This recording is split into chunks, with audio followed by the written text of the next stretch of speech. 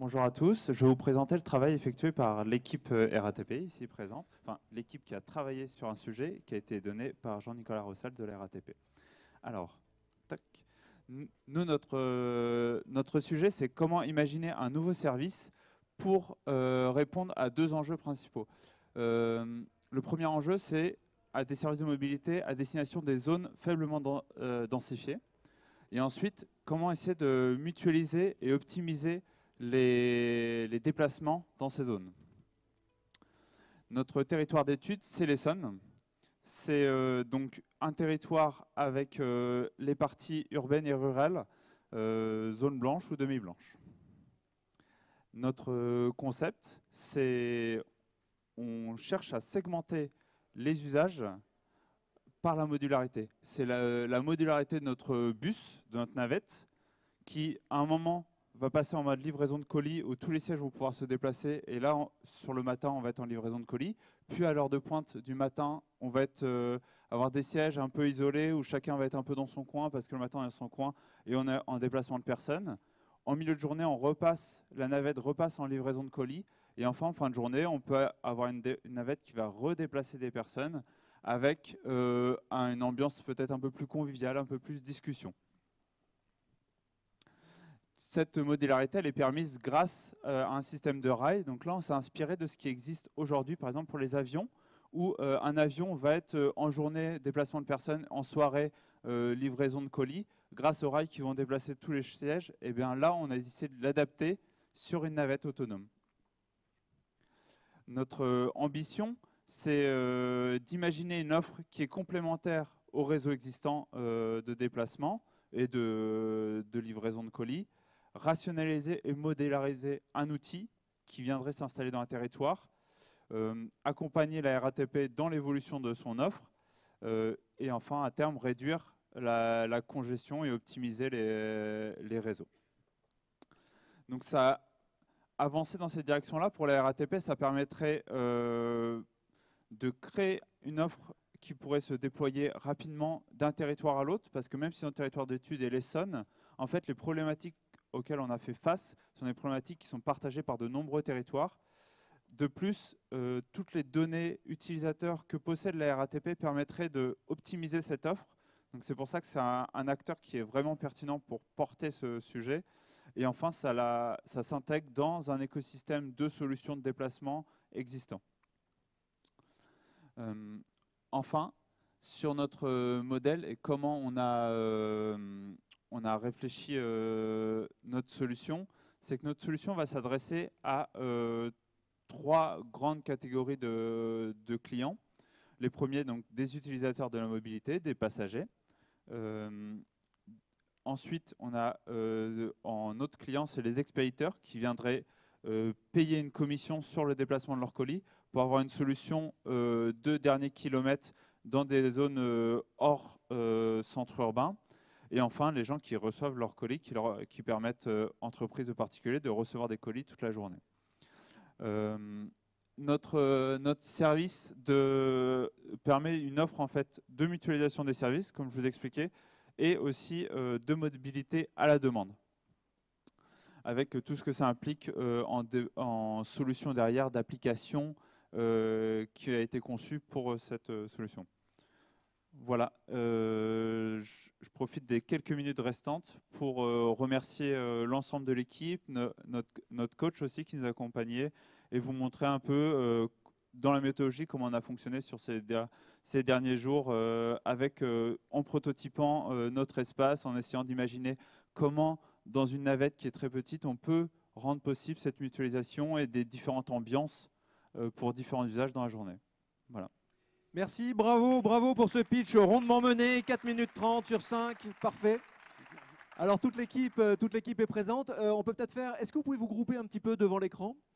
Sachant qu'il y a un retour ici, donc ne vous inquiétez pas. Et comme ça, on vous voit vraiment tous. Est-ce qu'on peut juste faire un petit tour rapide, histoire de...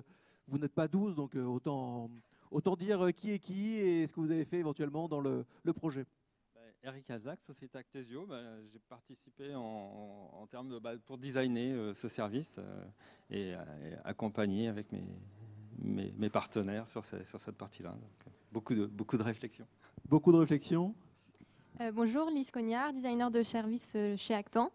Nous, donc mon collègue Arthur travaille aussi chez Actan. On a accompagné sur la méthodologie et aussi sur le prototypage, sur nos compétences de prototypage. Très bien. Le pitcher nous a pas dit son prénom.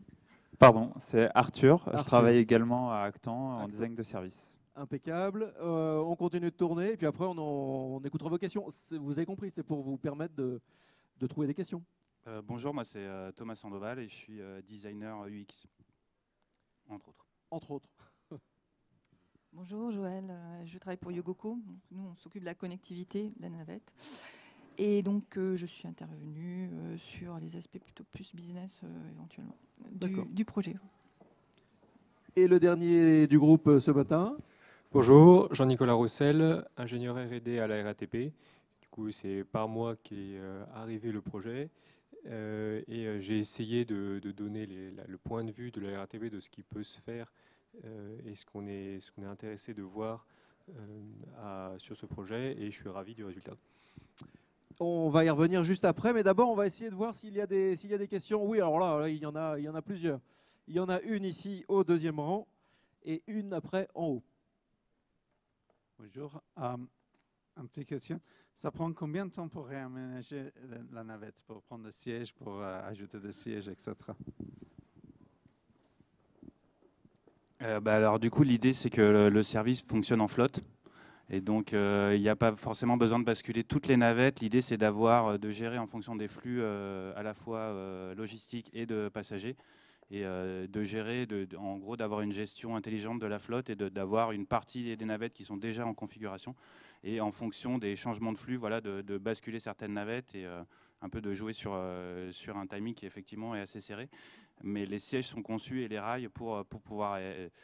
On a imaginé que c'était possible en l'espace d'une dizaine de minutes d'adapter une navette. Bonjour. Quelle flotte de navettes imaginez-vous à la maille, par exemple, de l'Essonne pour couvrir le territoire?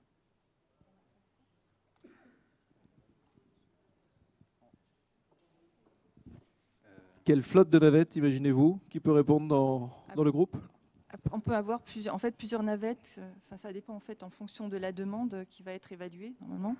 Mais il peut avoir une navette tête et puis en complément de ce qui a été dit, dans la modularité, rajouter des navettes complémentaires un peu plus petites qui peuvent être aussi adaptées que logistique et pour transporter des populations.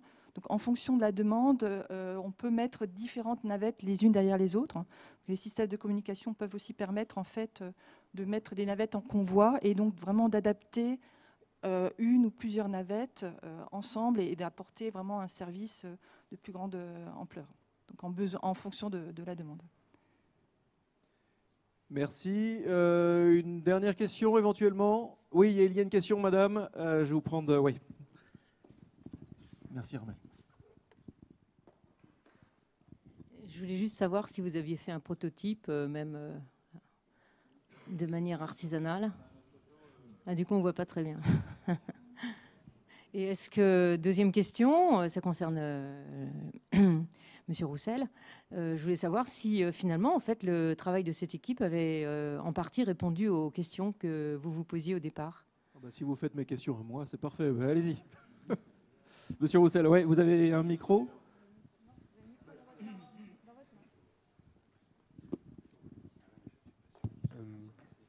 Il y a deux choses. Il y a une chose, c'est que, bon, bien sûr, on a... Oui. On n'a pas attendu Dreaming Saclay pour commencer à réfléchir à des usages, mais on est très intéressé de voir que, en donnant assez peu d'éléments sur nos étapes de réflexion, on a à la fois une certaine convergence de vues, par exemple sur le fait de faire la desserte dernier kilomètre, du fait de dire que c'est les zones faiblement ou moyennement densifiées qui peuvent bénéficier vraiment de ce genre de service. Donc ça nous conforte. Et en même temps, ça nous donne des idées de nouveaux usages. On savait conceptuellement qu'on pouvait faire d'autres choses. le partage avec le colis, par exemple, c'est des choses qui sont essayées dans des trams, je crois, à Saint-Étienne. Donc c'est une idée qui existe, en particulier de se dire, bah oui, on peut faire du dernier kilomètre de colis. C'est quelque chose qui ne nous était pas venu à l'esprit. Après, je ne vais pas vous mentir et me donner plus d'importance que ce que j'en ai. Je ne suis pas l'unique décideur dans cette histoire. Mais ce qui est sûr, c'est que c'est quelque chose qui est déjà relayé au sein de la RATP. Et on a des demandes de communes, de communautés pour vraiment nous dire, on sait que vous avez des navettes, qu'est-ce que vous proposez? Et alors nous, jusqu'à maintenant, on est capable de dire, bon ben voilà, on peut vous faire un service de dernier kilomètre de transport, c'est notre cœur de métier, c'est ce qu'on sait faire. Et je pense que vraiment, ça apporte une dimension supplémentaire de dire, bah, si vous nous laissez un peu carte blanche, voici des idées auxquelles on a aussi réfléchi. Est-ce que ça vous intéresse? Et d'arriver à avoir un peu en force de proposition sur ces nouveaux outils qui n'ont pas forcément de service bien précis à définir. Merci beaucoup. On applaudit fort, fort, fort cette équipe.